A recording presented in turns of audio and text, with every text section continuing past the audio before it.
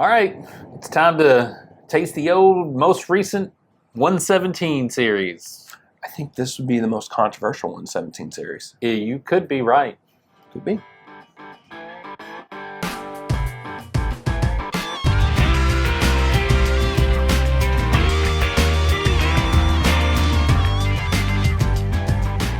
Welcome back to another edition of Bourbon Kingdom. I'm David. And I'm Zach. And today we are going to review Old Forester's newest 117 release. It is the Scotch Cask Finish. So, I said before that this is the most controversial, and I mean by the controversy is I think most Old Forester fans was like, why are you doing a Scotch finish? I think most people were kind of I don't know if I'm really feeling this one. I don't know about this. But let me give credit. And by the way, I was on that page too, Scotch finish? Why? But what I've heard from people is that this is actually pretty good. Most people, Surprised? I really did, yes. I think a lot of people are really surprised about it.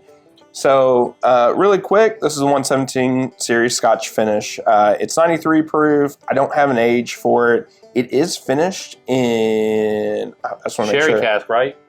It's somewhere on here. Yeah, sherry and wine. So there you go. It's going to have the notes that I actually like because I like a good sherry cask finish. You do like a good sherry finish. Ooh, I can already smell it from over here. But yeah, these are $55, I think, for each one at the distillery. These are basically only distillery releases. Occasionally, you'll see them kind of pop up, at least for us locally. In some stores, give them a case or two, and not always though. Yeah, not always. For sure, not always. And then whenever they do release these, they normally do a big event at the distillery, and then they always do an online release. So yeah.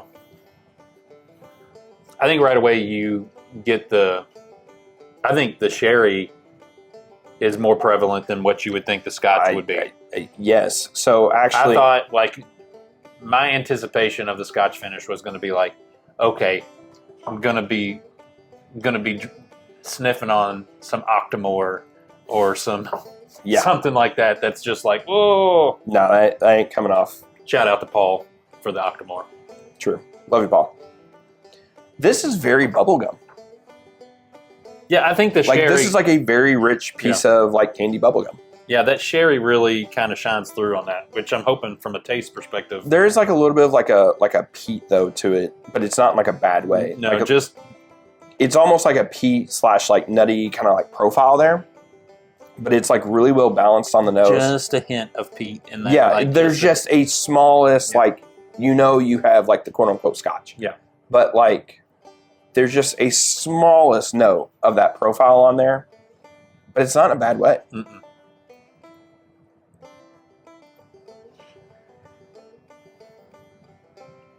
I can't get over that bubblegum note. That bubblegum note on the nose is dominating to me.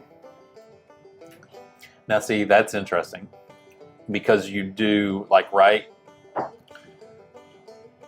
It's not that the Scotch stands out, but the Scotch finish, you taste it right at the get-go on the palate. You're right. Oh, yeah, it tastes a little bit right there on the top. But then, you're right. But then I think the sherry kind of overshadows it as it kind of finishes. It's different. That's very different. That also drinks much higher in proof. I would guess it's somewhere between 105 to 110. And that's only 94. Yeah. 94, 93? 93. I'm sorry. That's 93. Yeah. Yeah, that's interesting. That is very interesting. It's very different. I do agree.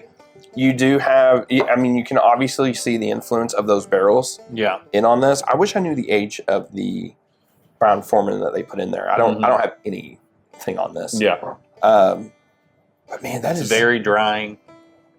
Mm-hmm. Very, very drying. There is some proof there on the back of that palate going into the finish, but then it doesn't last very long. No, it doesn't.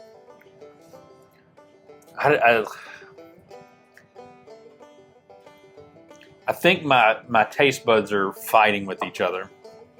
I think this is the thing with this. Like, I wanna like it a lot. There's a lot of baking spice on there too. Some oak spice. It's just interesting, man. I don't think it drinks as scotchy though as the nose would kind of tell you.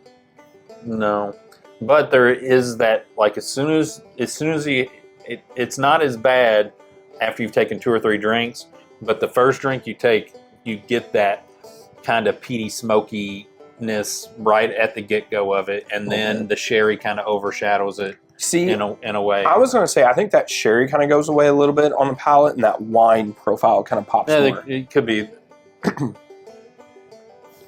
I do agree. I think it's really kind of weird.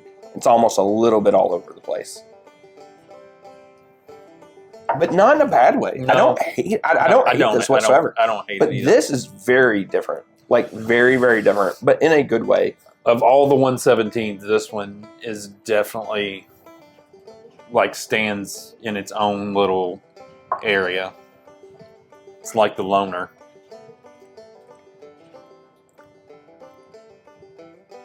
Yeah, I don't hate that at all.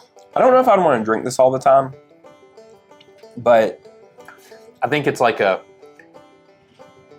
take it so other people can try it kind of thing. Yeah, I kind of think so. Yeah. Like, I think this is very off-profile. Because I think some people will like it a lot. Yeah, I think some agree. people will really like it a lot. Because I think you're right. I think the wine, like the sherry and the wine, to me, kind of... To me, more of like that sherry pops on the nose and that wine pops on the palate. And then you throw in a little spice, a little oak in there, and it's basically what you're getting. Yeah. All in all, like, to me, I think what Old Forester does with this 117 series is kind of experimental in nature anyway. And so being able to do that and not risk a reputation on something like that, you just know, like, these are in some ways kind of quirky mad scientist kind of things that they want to try to do with them and see if they can create magic. What I would like to know, and put in the comments below, also hit that like, subscribe, notifications button if you haven't already. I would like to know what a Scotch drinker really thinks of this. Yeah. Because we're not big Scotch drinkers. No. But I would really like to know, like, I'm obviously going to take a sample of this to Paul. Yeah. Because I need to know what he thinks of this. But just like, I would be very, very curious to see what they think and see how on profile or off profile that would be for somebody. Yeah. Like I said, it's just interesting. It's for sure. It's very different. And in today's modern kind of bourbon world that we're living in, I like whenever a distillery does something that's experimental, different, off profile. Yeah. And it works. Yep, it does. So, all right. Hit the like, subscribe, turn on notifications. And until next time, we'll see you. We'll see you.